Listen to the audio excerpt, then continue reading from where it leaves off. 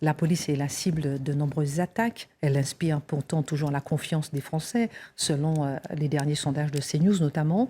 C'est vrai depuis la mort de Naël, mais c'est vrai aussi le reste du temps. L'accusation la plus récurrente est celle du racisme, souvent illustrée par les contrôles au faciès. On en parlait hier soir, j'avais dit que je vous poserais la question. Est-ce une réalité ? Posons-nous vraiment la question. Alors, il y a d'abord deux petites questions. C'est-à-dire qu'on nous explique en effet que la police intervient, notamment dans les quartiers où il y a une population majoritairement issue de l'immigration, en faisant des contrôles aux faciès, c'est-à-dire par racisme, en ciblant les gens en fonction de leur couleur de peau. Alors la deuxième chose, je repose la même question, on va la reposer tous les soirs jusqu'à ce que quelqu'un veuille bien nous répondre. Qu'est-ce qu'on fait de la partie de la population, elle aussi issue de l'immigration de ces quartiers excédés, qui appelle la police? Est-ce qu'elle le fait par racisme? Ou alors est-ce qu'elle cautionne ce racisme-là, dont elle serait évidemment victime aussi? Par ailleurs, je rajoute à ça une autre question. Qu'est-ce qu'on fait des policiers eux-mêmes issus de l'immigration qui, dans les rangs, arrêtent les mêmes personnes selon les mêmes critères lors des contrôles d'identité? Qu'est-ce qu'on fait de ces gens-là? Est-ce qu'ils cautionnent un racisme dont ils seraient victimes? Faut-il par ailleurs en déduire que les pompiers agressés sont eux-mêmes racistes, que les professeurs agressés sont eux-mêmes racistes, que les médecins agressés sont eux-mêmes racistes et que toute la violence qui s'exprime se justifie par ça? On comprend que même si la question sur laquelle on va se pencher existe, elle n'explique pas tout. Maintenant, la question que vous avez posée, on l'a trouvée jusque dans la bouche d'Emmanuel Macron. Vous vous souvenez de son opération séduction à la communauté brute, comme il l'appelait? Il avait prononcé cette phrase: aujourd'hui, quand on a une couleur de peau qui n'est pas blanche, on est beaucoup plus contrôlé, on est identifié comme un facteur de problème et c'est insoutenable. Donc, même Emmanuel Macron, président de la République, dit cette phrase. La première chose, c'est qu'on trouve des personnes dans ce pays dont la couleur de peau n'est pas blanche, pour reprendre les propos d'Emmanuel Macron, et qui ne se plaignent jamais de ces contrôles. J'ai jamais entendu la communauté asiatique venir nous expliquer qu'ils sont victimes de contrôles au faciès. À l'inverse, quand vous avez les militants, par exemple, des soulèvements de la terre, donc on a beaucoup parlé, systématiquement, à chacune de leurs actions, ils finissent en venant se plaindre des violences policières à leur égard. Donc on comprend que toute l'action de la police, de manière générale dans le pays, n'est pas d'abord dictée par une question de couleur de peau. C'est un peu plus compliqué que ça, au minimum. La deuxième chose, c'est que pour faire un contrôle d'identité, il y a un cadre pour que ça tienne devant la justice. En gros, si au moment d'un contrôle d'identité, le policier constate une infraction, pour que ça tienne devant la justice, il faut qu'il respecte des règles. Le flagrant délit. Le flagrant délit, c'est dans les heures qui suivent le délit que vous avez commis, et c'est la victime de ce délit, la victime qui fait une description à la police. Et ça, c'est la moitié des contrôles d'identité. Alors que doit-on comprendre? Que les victimes elles-mêmes cèdent au racisme au moment de décrire leurs agresseurs? Ou est-ce qu'elles décrivent les agresseurs qu'elles ont eu en face d'elles, et donc parfois qui ont en effet, une couleur de peau qui n'est pas blanche? Ensuite, le deuxième moyen, on va dire, de faire ces contrôles d'identité, c'est sur réquisition d'un procureur. Un procureur dit à la police: vous allez à tel endroit qui est particulièrement criminogène, de telle à telle heure, vous procédez à des contrôles d'identité des personnes suspectes. Donc là, c'est dans un cadre très précis, à des endroits très précis. Et la troisième chose, c'est quand la police voit un comportement qu'elle juge suspect ou qui a un risque de trouble à l'ordre public, et là, elle procède au contrôle d'identité.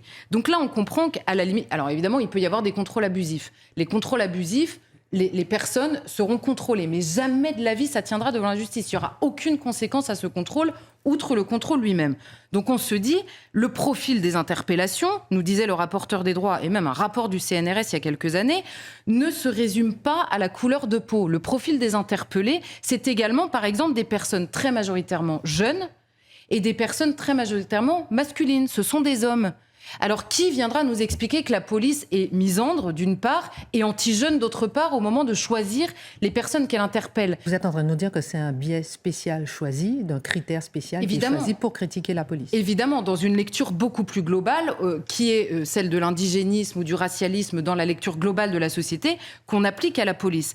La vérité, pour répondre vraiment à votre question, c'est que bien sûr que le faciès compte dans les contrôles d'identité. De la même manière, et peut-être plus encore, c'est important de le dire. Et c'est important de le dire, sûr. parce que les gens le vivent, ça. Mais après, comprendre pourquoi. Et alors, on va comprendre pourquoi. Ce n'est pas d'abord par racisme, évidemment. C'est par expérience, et par efficacité. Quand vous êtes dans un quartier qui est particulièrement criminogène, je vais prendre la rhétorique des personnes qui disent que la police fait des contrôles au faciès. On nous dit, évidemment que ces quartiers sont plus criminogènes, on a pris toutes les personnes issues de l'immigration, on les a mises au même endroit et elles sont pauvres. Mais que disent-ils? La même chose. Si c'est plus criminogène, il est normal que la police intervienne plus. Donc les personnes qui sont contrôlées sont en effet issues de l'immigration, mais les personnes qui ne sont pas contrôlées dans ces quartiers sont aussi issues de l'immigration. Donc vous voyez que c'est la criminalité qui est, et c'est exactement ce que nous disait Marc, autrefois c'était d'autres profils, c'est dans les zones criminogènes, et vous voyez que par exemple quand on dit qu'il y a beaucoup de gens issus de l'immigration dans les prisons, c'est pas les policiers, les procureurs, les juges, les magistrats et toute la chaîne pénale qui a décidé en fonction de la couleur de peau. C'est un délit ou un crime que l'on a observé. Donc il y a une surreprésentation qui explique ce ciblage. Alors en effet, c'est injuste pour la personne qui correspond parfois au profil, qui a la capuche sur la tête ou pas, qui est en bas du mur ou pas, et qui a la couleur de peau qui est ciblée en l'occurrence dans ce contrôle d'identité. C'est injuste pour certaines personnes, mais c'est par souci d'efficacité et certainement pas par racisme. Et précisons juste une chose, dans le cas qui nous occupe sur Nahel, ça n'est absolument pas un sujet. On a voulu plaquer encore une fois le sujet là-dessus. Là, en l'occurrence, c'est pas une couleur qui a été poursuivie initialement par les policiers. Je parle pas de l'issue dramatique de la chose. Initialement, c'est un refus d'obtempérer et une voiture qui était poursuivie, pas la personne pour sa couleur de peau. L'autre accusation récurrente, Charlotte Dornelas, c'est la police tue, qui revient dans la bouche de nombreux détracteurs. Comment lire cette accusation Alors là, encore régulière? Une fois, un tout petit chiffre. En 2021, nous avons 10 millions d'interventions de la police, 6 000 signalements de particuliers à l'IGPN, 0,04% des interventions. Pour les gendarmes, 2 millions d'interventions, 987 signalements, 0,04%. Donc dans la majorité des cas, ça se passe très bien. Dans l'immense majorité des cas, ça se passe très bien. Oui, la police tue. Mais vous remarquerez que, par exemple... Non mais oui, il arrive que la police tue. C'est mieux. Non mais... Évidemment, oui, il arrive que la police tue. Mais vous remarquerez, quand c'est à l'intérieur du Bataclan, ça gêne personne. C'est le métier d'un policier, c'était son devoir, en l'occurrence, de tuer. Donc oui, ça peut faire partie des attributions. Ensuite, il y a des policiers qui agissent mal, qui tuent illégitimement à certains endroits. Ça peut être mal intentionné, évidemment, on se souvient tous de Michael Harpon, le policier qui avait tué d'autres policiers en criant Allahu Akbar. Donc oui, il y a des policiers qui tuent pour de mauvaises raisons, ça c'est sûr et certain. Ça peut être dicté aussi par la situation, le stress, la mauvaise préparation, ça peut être énormément de choses, mais ça fait des actions illégitimes. Mais là, en l'occurrence, et c'est ce qu'étudie évidemment la justice, mais là, en l'occurrence, ceux qui répètent que la police tue, ils visent très précisément, quand ils disent « la police tue », ils disent que c'est un problème de système, c'est institutionnel. Et ils visent quoi en particulier? L'article 435 du Code de sécurité intérieure qui date de 2017. Que dit cet article? Lors d'un refus d'obtempérer, si jamais le policier juge qu'il y a un risque qui est pris pour lui-même ou pour autrui, c'est-à-dire ce qui a précédé le refus d'obtempérer, et qu'il n'a pas d'autre choix, il peut immobiliser la voiture en tirant. C'est cet article-là qui est visé, et c'est ce qu'examine exactement la justice en ce moment avec le cas de Nahel, et c'est exactement les raisons pour lesquelles le procureur a donné autant de détails, à la fois sur ce qu'a dit le policier, sur ce qui s'est passé avant, et si le politique, en l'occurrence Emmanuel Macron, juge qu'il est par principe illégitime de tirer dans ces circonstances, alors à lui de changer la loi et d'assumer après un refus d'obtempérer s'il y a des conséquences dramatiques. Mais c'est aux politiques vraiment de le faire. Pourquoi pas? Mais c'est à lui d'assumer. Une petite parenthèse, j'ai un policier noir qui m'envoie un SMS que je vous lis. Je regarde actuellement, et pour compléter ce que dit Charlotte Dornelas, ces personnes qui se plaignent de racisme systémique de la police ne connaissent pas les lois qui nous autorisent à faire des contrôles et surtout ne veulent pas en entendre parler lorsqu'on leur explique. Policier noir. Dernière question, Charlotte Dornelas. Une autre accusation pèse sur la police, justement, la question de ces enquêtes diligentées par l'IGPN. Certains accusent des policiers d'enquêter sur d'autres policiers et de céder au corporatisme. Est-ce que ce n'est pas une interrogation légitime? Alors, c'est une interrogation qui a l'air légitime, je le concède, mais dans les faits, non. Pourquoi? D'abord, une enquête dans ce pays est toujours sous l'égide du procureur, du juge d'instruction, mais elle est faite par les forces de l'ordre. Toutes les enquêtes sont faites par les forces de l'ordre, même quand LFI porte plainte, par exemple. Quand ils déposent une plainte, c'est des forces de l'ordre qui instruisent la plainte.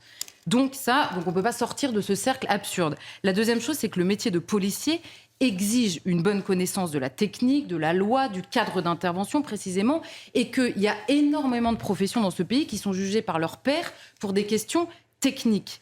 Mais une fois pour toutes, disons-le, l'institution ne se juge pas seule. Une enquête faite par l'IGPN se fait sous l'égide du parquet. Donc c'est une institution indépendante qui juge.